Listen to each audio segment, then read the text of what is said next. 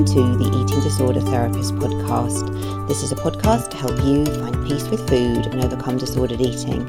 And I'm Harriet Frew, aka the Eating Disorder Therapist. And I'm so excited to share with you all kinds of stories, tips, information and guest interviews to help you on your journey in finding peace with food. So thank you so much for listening today. Now today I want to announce an event to you before I launch into the podcast episode. I'm organising a transformational event in Camden Town, London, Saturday the 30th of September this year, and it's all about the prevention of eating disorders and body image issues. And at the moment, it's a purely face-to-face event because I just thought after COVID, it's just so nice to get people together and have that sort of collective consciousness of energy and change. But we may also be offering it remotely if there is a demand. And I'm very aware that there are many listeners listening to the podcast that are all over the world. So if you would like to attend that event remotely and you would like us to run it remotely, do send me a DM at the Eating Disorder Therapist _ on Instagram. Thank you. So at this event, I'll be bringing together a group of experts in the field to really talk about how we can bring about change for how we address eating disorders, because we massively need a cultural shift. We need better education and awareness, and often people aren't getting the help until it's far too late in the day. You know, maybe they haven't even realised they've had an eating disorder. The seeds have been sown many years before. They've tried to seek help. People haven't understood the kind of help they need. They've faced dead ends, and it just creates all kinds of problems. So if you are interested, go to my website, theeatingdisordertherapist.co.uk. There's a link from there that will take you straight through where you can read more about the event and if you can buy a ticket if you want to. Now, I'm very aware as well that there are so many people that want to be part of this event and to sort of speak and, sort of bring their voices to it. I have been so inundated with interest and passion for people wanting to take part that I cannot take any more people on this training. But I do plan to organise more in the future if this one goes well. So if you're not included this time, I really value your input, I really value your voice, and I hope to be planning more. It's very exciting times. Okay, so let's move on to the bite-sized episode today, and it's a question from a lovely listener. Now on this episode, I'm actually telling you the name of my listener, with her permission of course. She's called Lauren because she's contributed a significant part to this episode because it's a topic I didn't really feel 100% qualified to write about, to speak about. So Lauren asked me, do you have any tips for navigating eating disorder recovery when, because of long-term chronic illness, recovery will not bring physical health or the ability to do normal things that you want to do? Now, Lauren has Behçet syndrome and gut dysmotility, so she'll never be able to eat normally, feel well, or be able to work full-time, travel, not easily anyway, socialise as much as she'd like. And she finds, understandably, that this hampers her recovery, which is from anorexia. And she wondered if I had any ideas, because she knows that recovery is still better than staying ill with anorexia. It's just a very different recovery. Now, this is a fantastic question because many people in the UK are living with chronic illness. Many people in the UK are living with chronic illness and eating disorders. Now, and as well, if you have a chronic illness, there's often very little that the medical professionals can do. So you can often feel really stuck, resigned to living with the condition, and it can be incredibly isolating and very lonely. So when Lauren approached me with this, I actually went back to Lauren and said, actually, I think it would just be great for you to share some of your tips because you are really the expert here.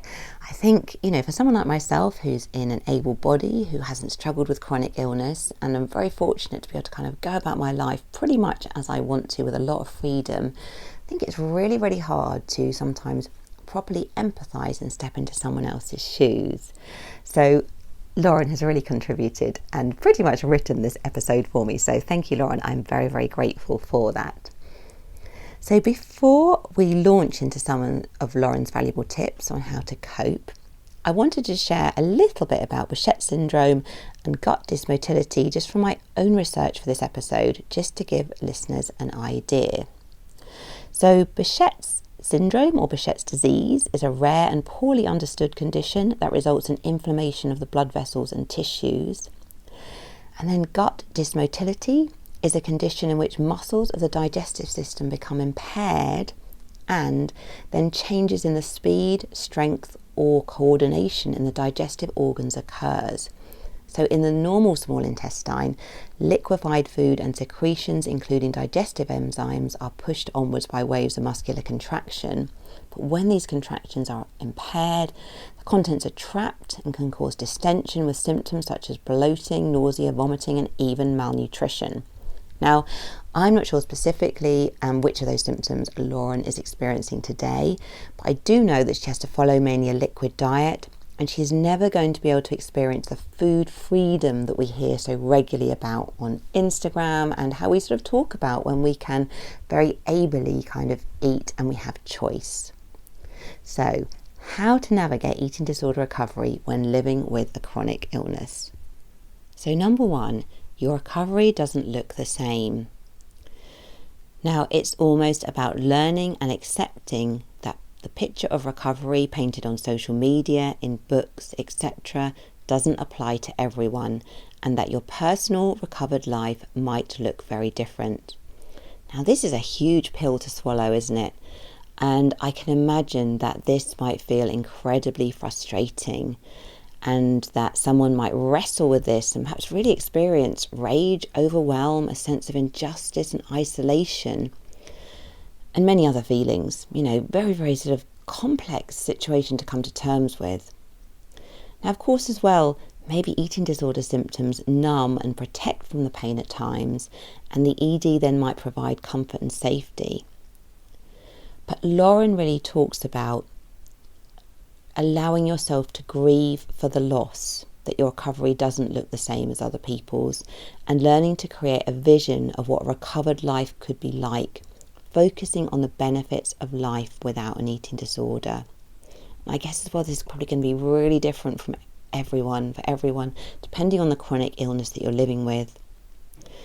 And I'm sure that most eating disorder symptoms, if you're living with chronic illness, the eating disorder symptoms are going to exacerbate and probably make chronic illness symptoms so much worse. So I guess by taking care of yourself personally for you in the best possible way, with the nutrition your body can manage, and prioritising looking after yourself, it's going to widen the window of what recovery can look like, and hopefully offer more hope and some meaningful experience out the other side. Number two, your approach and experience of life matters more rather than what you can actually do. Now, Lauren explains that she can mostly only have a liquid diet, so recovery doesn't bring the typical food freedom in the way we might expect. But I guess by living in the moment and working within the parameters of what is possible and embracing this, again, as much as is doable, someone can find their own sense of freedom and mental peace. So rather than pitting yourself against what your family, friends and peers are doing, it's about coming back to you, in engaging with your own little wins and celebrating these, acknowledging the little sparks of contentment and peace, and working to allow more of these and to fully experience these as much as possible. So it's such an interesting one as well, isn't it? And I think this very much goes against the way we live in our society. So it's very much having to go much more inwards, really get in your own lane. And I think that can be really, really challenging, but I can also understand how helpful that can be. The next one leads on very nicely from this, about not comparing yourself. Lauren says that I think learning not to compare your life to others in recovery and other people around you, but trying to stay focused on your own life and what you can achieve. Now, I think the comparing, isn't this something that every human could do with hearing, particularly in the world we live in now? But again, if you're living with chronic illness, looking sideways at someone else's life when they are free to move, in full health, with an able body and so many choices day by day, comparisons are only going to overwhelm and distress you. So challenging as it is, it's so helpful to put those blinkers on firmly to comparisons and stay fully rooted in your own recovery lane. Number 4, an interesting one, this one, but it rings very true. Eating disorder recovery is more than just being able to eat. Now, of course, it makes so much sense, doesn't it? As Beat say, the Eating Disorder Charity is not about food, it's about feelings. So learning ED recovery is so much more than just being able to eat. It's a mental state and a way of living which is worth it even with enduring health issues. And I would so agree with this, because ED recovery is about the food, but it's also about finding yourself again, finding your voice, finding your likes and preferences, even if that is limited within your kind of sphere when you're living with chronic illness, feeling your emotions more wholly, connecting more with the world again, improving your relationships in whatever way is possible for you. And of course, staying in an eating disorder may feel safe and protective and known, but it's also extremely limiting. It's a maladaptive coping strategy, and it keeps you frozen and disengaged from life. Next one, Lauren says, let go of guilt. Let go of the guilt that you can't live up to the societal expectation of recovery, and remember that you are doing this for you and no one else, for your own peace and freedom. Now, how true is this? Because we live in a society where striving hard is the norm. It's all about goals and achieving, go hard and go home, all of that stuff. And it really celebrates as well the able-bodied. So if you're living with chronic illness, it's going to feel fruitless and hopeless trying to live up to these external expectations. It will be impossible to win, and you'll feel guilty and not good enough.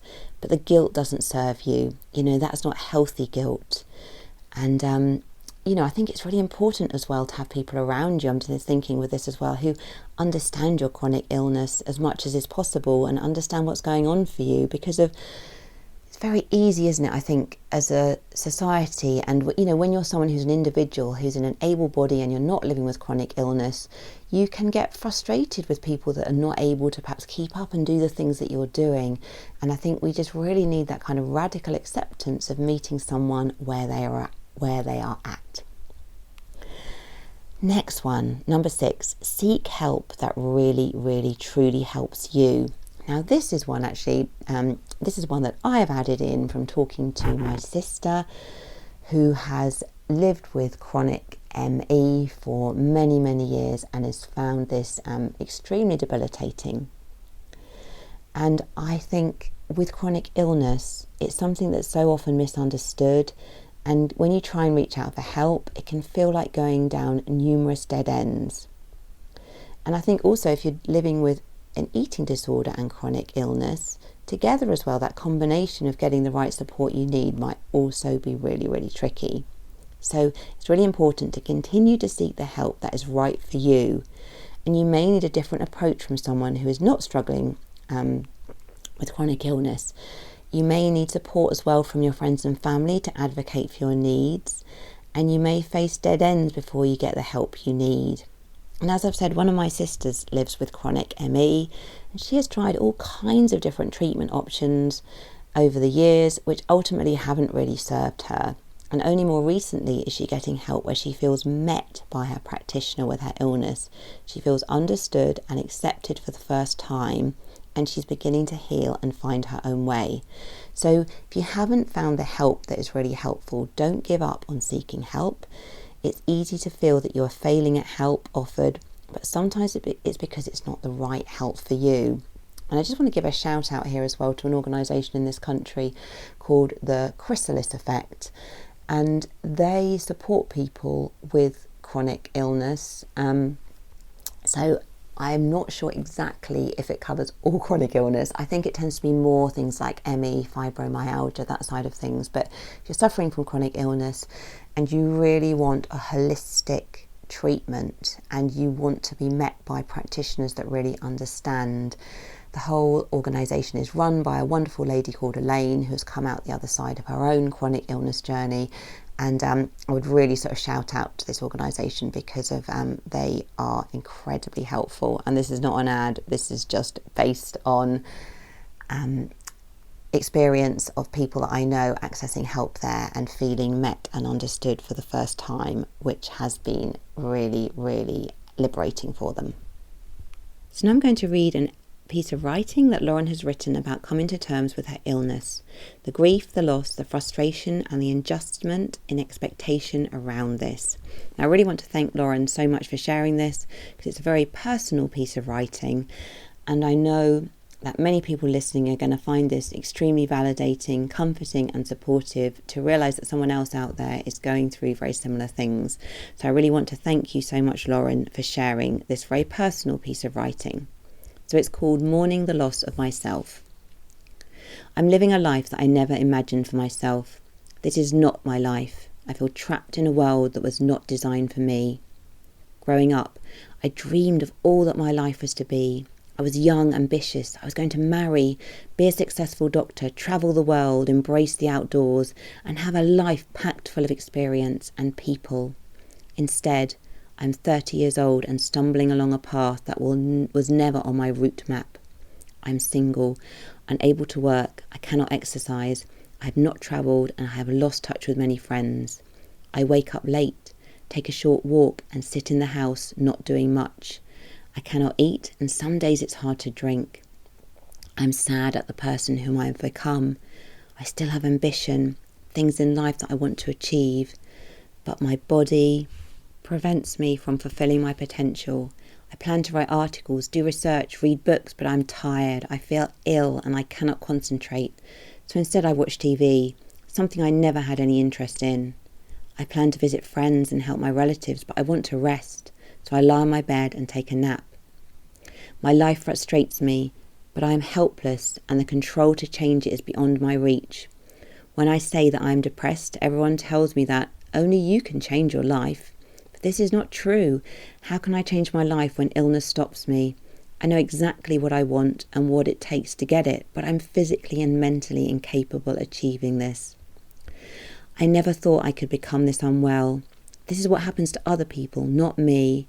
How dare this illness come barging into my life and steal all the hopes and aspirations that I held for myself. People say you can achieve anything if you really want it badly enough. I disagree.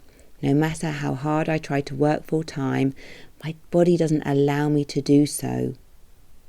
I want to live as my sisters and friends do, but if I try to achieve what they do, my body fails me and I end up in hospital for weeks. I'm not complaining that I have a chronic illness, but I am sad for all that I have lost as a result. I don't want to be that depressed, moaning individual who's always feeling sorry for herself, but the loss of the person that I thought I was is hard to accept and live with. And maybe I was always destined for this path in life, and there is a reason behind it all, but I can't help feeling that I have lost my identity, and now I'm an onlooker to a life that I want but I can't have. With this overwhelming feeling of loss and sadness that comes with this developing chronic illness or disability, it would be easy to allow what you now cannot do to define your life, to become engulfed in grieving for loss of ability and the things that you can no longer do or achieve. But when you open your mind up, you find you have a whole new skill set and knowledge base that you developed through the experience of being ill, and you can use this to create a fulfilling future. A future perhaps very different from the one that you envisaged, but not one that is any less rewarding. Learn to be flexible, create a new identity, and be willing to adapt your goals to your new normal. With the use of the right resources and contacts, if you are determined, there is nothing to stop you from achieving. You are not a different person, but you have changed. Allow your dreams to change with you. I will always mourn for the life that I believe that I would have and lost. But perhaps that life was never meant for me, and by accepting my new normal, I can achieve things that I never imagined possible. Thank you so much, Lauren. That's a wonderful piece of writing. So inspiring, so validating. I know so many people that listen to this are going to derive a lot of comfort and support from that.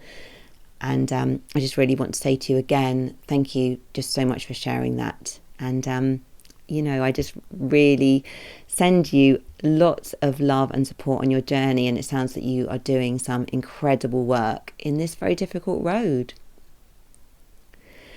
So I hope this episode today has inspired you with some thoughts. If you are not following me already, do seek me out on Instagram at @eatingdisordertherapist_. And for further support with your relationship with food, do go to theeatingdisordertherapist.co.uk. If you enjoy this podcast, I'd be so grateful if you would follow, rate and review, as it helps it reach so many more listeners. Thank you so much for listening today, and I look forward to sharing another podcast episode with you very soon.